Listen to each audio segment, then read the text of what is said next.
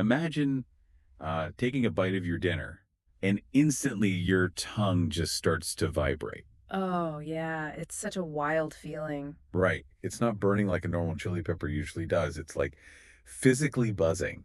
It feels exactly like taking a massive sip of sparkling water, but you're getting that sensation from, a piece of chicken. Which is completely unexpected the first time it happens to you. Totally. Mm. Well, welcome to the Taste Channel Learn English. Today, we're doing a deep dive into the wild roller coaster of Sichuan cuisine. We are going to explore the culture, the science, and the history together. And we're going to do it at a comfortable, relaxing pace, designed specially for you, our English learner. Exactly. It's a really fantastic destination for our deep dive today. It really is. I mean, when people around the world hear the word Sichuan, they usually just picture those giant pandas eating bamboo up in the misty mountains. Yeah, the classic postcard image. Right. But Sichuan is just as famous globally for a food culture that genuinely plays tricks on your senses. It takes you up, it drops you down, and it spins you around with flavor combinations that actually manipulate your nervous system. That sounds intense. And before we can even talk about the specific dishes on this menu, I Yeah. feel like we need to understand the track of this roller coaster ride, We do. We have to look at the absolute foundation of Sichuan cooking. which is a flavor profile known as mala. Yes. Mala is basically the soul of this entire cuisine. The word itself is a combination of two Chinese characters. Okay, break that down for us. So ma means numbing, and la means spicy. So mala literally just translates to numbing and spicy. Exactly. It's that simple. Now, spicy is a concept most of us know, right? Mhm. Like you eat a hot chili pepper and your mouth feels like it is on fire.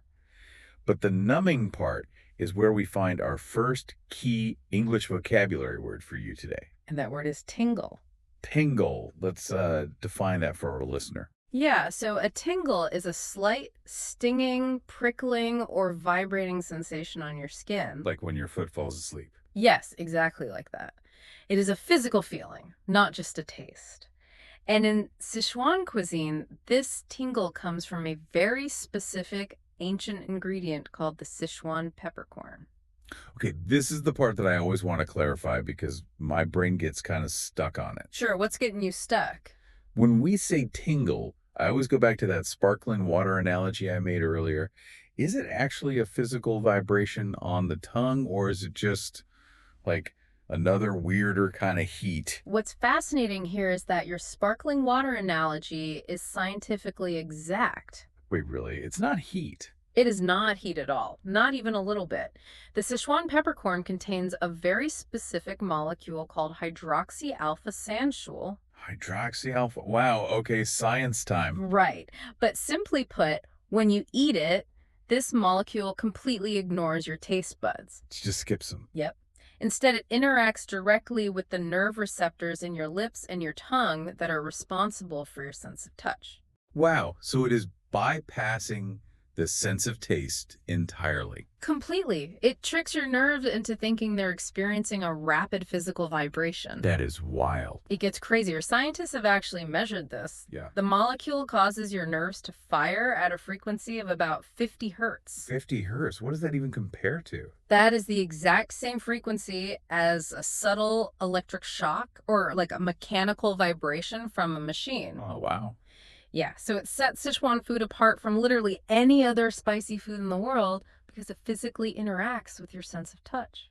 That fundamentally changes how I look at a bowl of noodles. Mm. I mean, it's not just a flavor, it's an interactive physical experience. It really is. Which brings us perfectly to our second vocabulary word today. And that word is vibrant. Vibrant is such a wonderful word. It really is. It means exciting, full of energy, and full of bright colors. If you walk into a traditional market in Sichuan, the entire scene is just incredibly vibrant. All right, like I picture these busy streets, loud conversations everywhere.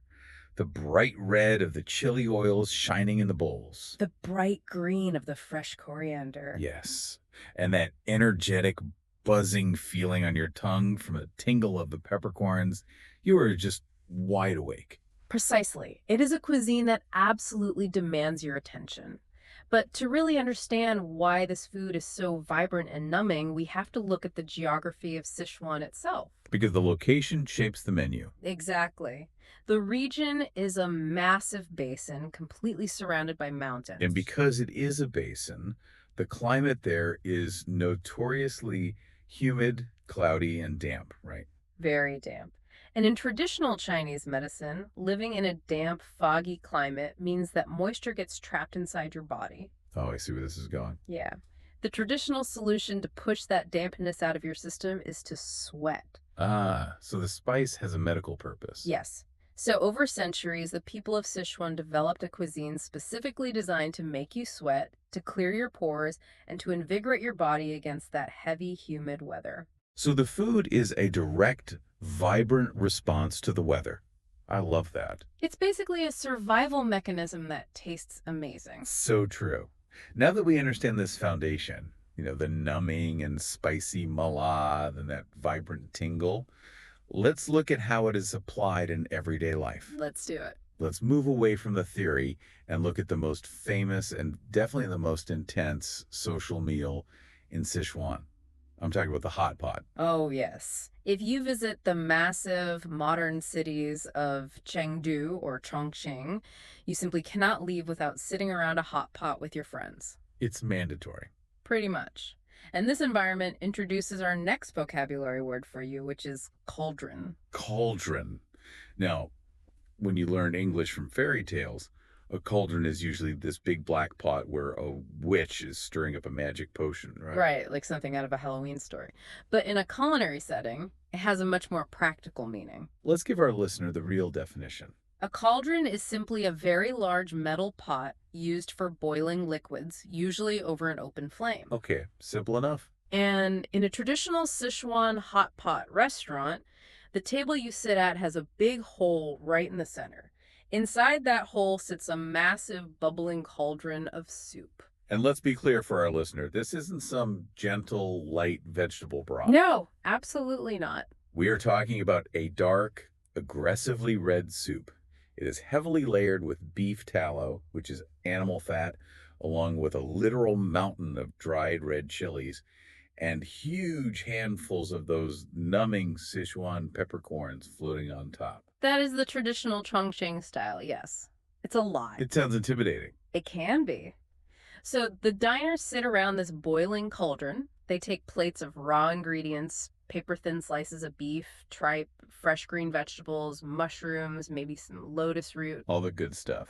Exactly. And they use long chopsticks to submerge these raw ingredients directly into the boiling spiced oil until they are perfectly cooked. Which introduces another really important vocabulary word because eating this way is highly intense. Intense is the perfect word. Intense means very strong, powerful, or extreme. And hot pot is definitely extreme. For sure. The heat radiating from the boiling cauldron is intense. The spicy flavor of the chilies coating the meat is intense. The numbing tingle of the peppercorns is intense. So you can't just casually eat it. No, you cannot eat hot pot passively while staring at your phone. It requires your total focused engagement. Okay, let's explore the mechanics of this. Hmm. Because the ritual of eating hot pot seems to contain a massive contradiction to me. Okay, what do you mean? Well, the food is boiling in intensely spicy oil, right? Right. But when you pull your slice of cooked beef out of the cauldron, you do not put it straight into your mouth. First, you dip it into a small personal bowl of sauce. Yes, your dipping sauce. And this dipping sauce is primarily made of sesame oil and crushed raw garlic. We're told the purpose of this sesame oil is to neutralize the heat. And that is our next vocabulary word, neutralize. It's a great word. To neutralize something means to stop it from having an effect, to make it harmless, or to balance it out so it doesn't hurt you. But I have to question the logic here. Go for it. We are taking food out of boiling spicy oil. And to cool it down, we are dipping it into a bowl of pure sesame oil. We are literally adding oil to oil. It does sound weird when you say it like that. Right. It sounds counterproductive. How does dipping food in fat neutralize the intense spice. It seems completely backward until you look at the chemistry of spice. Okay, bring out the science again. The chemical that makes chili peppers feel hot is called capsaicin. Capsaicin, got it. And capsaicin binds to the pain receptors on your tongue, which are called TRPV1 receptors. Oh, so they're literally pain sensors. Exactly. These receptors are there to warn your brain when you drink tea that is too hot. Capsaicin tricks those receptors into sending a burning signal to your brain. Right, so your brain literally thinks your mouth is on fire. Exactly. But here is the crucial detail about capsaicin. It is hydrophobic. Meaning it hates water. Right. It repels water, but it dissolves very easily in fats and oils. Ah, So when you pull a slice of hot meat from the cauldron, it is completely coated in capsaicin. If you drink water, it does nothing. The water just slides right over the oily spice. I've definitely made that mistake before. The water just makes it worse. We all have. So when you dip that spicy meat into your bowl of sesame oil, the sesame oil acts as a solvent. A solvent, so it breaks it down. Precisely. The cool sesame oil physically cools down the temperature of the meat, but more importantly, it dissolves some of that harsh capsaicin. That makes so much sense. Furthermore, the thick sesame oil coats the meat. When you put that piece of meat in your mouth, the first thing that touches your tongue is the smooth sesame oil. It creates a physical barrier over your pain receptors. Oh, so it is less about fighting the flavor and more about creating a temporary shield. Exactly like a shield. It's like putting on a thick pair of rubber gloves before you handle harsh cleaning chemicals. Huh. The sesame oil coats your tongue, so the capsaicin cannot lock onto the pain receptors as easily. That is a perfect analogy. That fundamentally changes how I look at dipping sauces. Yeah. I mean, it is practical chemistry. It really is brilliant culinary engineering. It does not eliminate the spice entirely. You still get that wonderful, vibrant flavor, but it neutralizes the painful shock. And the garlic. The crushed garlic inside the sesame oil adds a punch of savory flavor without adding any more chili heat. It makes the intense experience enjoyable rather than punishing. Okay, so we have spent a lot of time talking about intense heat and thick oil barriers. Yeah. Let's transition to another aspect of Sichuan cuisine. Because it's not just an endurance test of spice, right? Exactly. Sichuan chefs also use these kinds of barriers to manipulate texture. Let's talk about a dish that is a global superstar, Zhengminjiging. Which is much better known to the English-speaking world as Kung Pao chicken. Yes. You can find a version of this dish in almost every Chinese restaurant across the globe, right? From small towns in America to busy streets in London. It is everywhere, and it is famous because it showcases a very different side of Sichuan flavor, known as the lychee flavor profile. Now, for you, our listener, I want to clarify something right away. A lychee is a small, round, very sweet tropical fruit with a white center. So my question is, does traditional Kung Pao chicken actually use lychee fruit in the recipe? No, there is absolutely no lychee fruit in the dish. None at all. None. It is just a beautiful, poetic analogy. Sichuan cuisine has dozens of complex flavor profiles, and the chefs use soy sauce, black vinegar, and sugar to create a very specific, delicate balance in this dish. So they're mimicking the fruit. Yes, it is sweet, it is sour, and it has just a tiny hint of that spicy tingle in the background. And that tastes like a lychee. When a master chef balances those elements perfectly, the resulting sauce tastes remarkably similar to the bright, sweet, and slightly tart juice of a real lychee fruit. That's incredible. So it is about recreating the sensation of the fruit using savory pantry ingredients. Exactly. But a great play of Kung Pao chicken is not just about that sweet and sour flavor, is it? No, definitely not. It is about the physical texture of the food in your mouth. Which brings us to our next vocabulary word, velvety. Velvety. Velvety means incredibly smooth and soft, just like the luxury fabric called velvet. Okay, so how does that apply to chicken? Well, in a perfect Kung Pao chicken, the chef creates a very deliberate contrast in textures. The roasted peanuts mixed into the dish must be very hard, crunchy, and crispy. Okay, But the cubes of chicken meat must be completely velvety.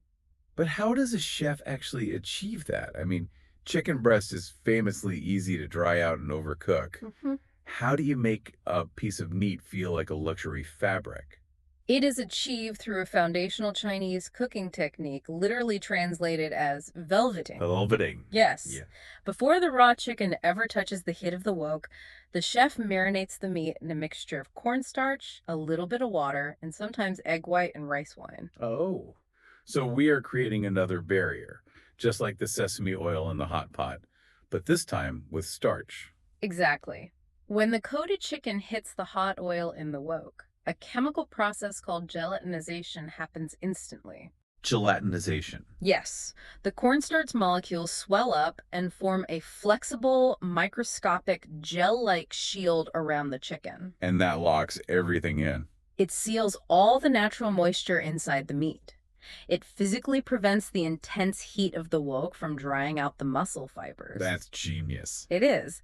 The outside of the chicken becomes incredibly smooth and slippery, to the touch velvety, which provides a wonderful, satisfying contrast to the hard, crispy peanuts. Okay, the peanuts are crispy, the chicken is velvety, and the sauce is a poetic lychee balance of sweet and sour. It sounds incredibly sophisticated and refined. It is a masterpiece. But actually, our next vocabulary word describes this exact dish as rustic. Yes, rustic. Could you define that for us? Rustic means simple, traditional, and typical of the countryside. It is the opposite of fancy, high-end, complicated fine dining. Now, I need to push back on that. Okay, why? We just spent the last 5 minutes talking about the poetic recreation of fruit flavors and the complex thermal chemistry of gelatinizing starch barriers to create a velvet texture. How on earth is any of that rustic? Haha, it is a very fair question. Right. It sounds highly scientific when we break it down like this, but at its heart, Kung Pao chicken is the ultimate traditional comfort food. Because of the ingredients. Exactly. It was created using basic, affordable ingredients that a farmer in the Sichuan countryside would have readily available in their pantry. Like the peanuts and chicken. Right. Chicken, peanuts, dried chilies, scallions, and basic sauces. The techniques we describe, velveting meat and quickly stir-frying it, are standard, everyday skills in a traditional Chinese home kitchen. Oh, I see. So it's not some secret royal recipe. Not at all. They are not secrets hidden in a royal palace. The dish is meant to be eaten with a big, simple bowl of plain white rice at a wooden table. That makes sense. So despite the complex chemistry happening in the wok, the soul of the dish is deeply rustic, satisfying, and accessible to everyone. That is a wonderful way to look at it. A dish can be scientifically brilliant, but still perfectly rustic and comforting. Exactly. All right, we have been on quite a culinary journey today. We have explored the damp climate that makes us crave the vibrant tingle of the mala flavor. We sure have. We have survived the intense bubbling cauldron of the hot pot by using sesame oil as a chemical barrier to neutralize the spice. We have enjoyed the velvety, rustic comfort of Kung Pao chicken. It's been a feast. But if I am being totally honest, after all of this rich food and spice, my mouth is kind of exhausted. We really need a way to bring the body back down from the roller coaster. We can't just leave you hanging.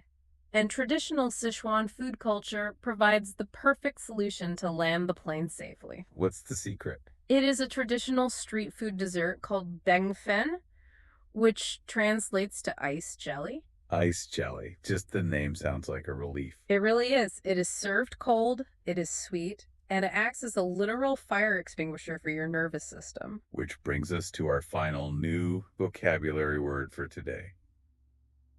Soothe. Yes.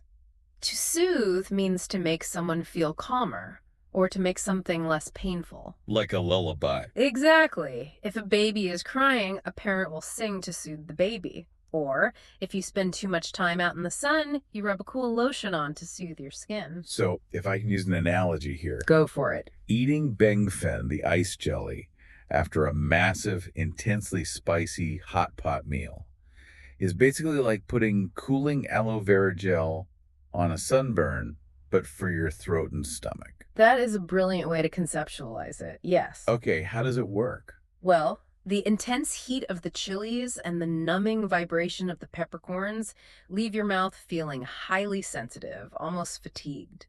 The ice jelly is made from the seeds of a specific plant that creates a clear, wobbly gelatin. And you serve it freezing cold. Ice cold, usually topped with brown sugar syrup and sometimes little bits of fruit or crushed nuts. So it provides sweetness to contrast all the savory salt and spice. Yes, but it also has a mechanical function too. Oh, more science. Just a bit. It is incredibly slippery.